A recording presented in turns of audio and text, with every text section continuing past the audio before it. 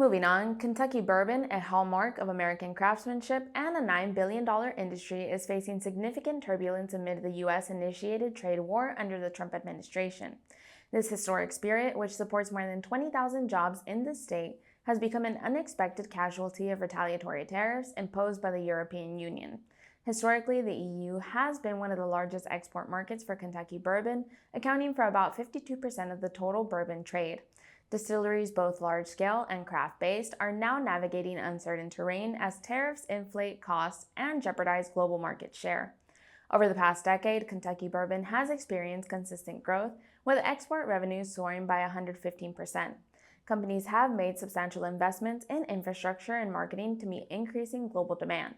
For example, several distilleries embarked on critical upgrades like expanding production facilities and enhancing sustainability initiatives.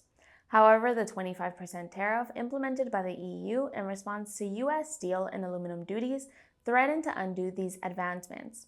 According to Eric Gregory, president of the Kentucky Distillers Association, the industry has been enjoying a golden age, but this external pressure risks reversing years of progress.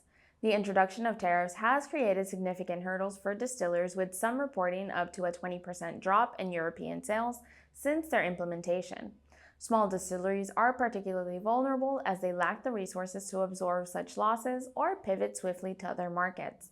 Fred No of Jim Beam highlighted the challenges smaller operations face, stating, "Large companies can adjust, but mom-and-pop distilleries wouldn't survive long-term tariffs."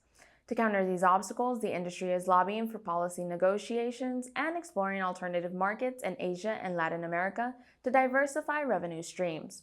The fallout from the trade war extends beyond economic consequences, striking at the cultural heritage that bourbon represents for Kentucky and the broader nation. For consumers, the rising cost of bourbon exports could reduce market accessibility, deterring global growth and tarnishing the reputation of America's indigenous spirit. Domestically, potential job losses could ripple through communities relying on distillery operations. While the industry remains resilient, this moment underscores the fragile balance between policy decisions and their unintended consequences.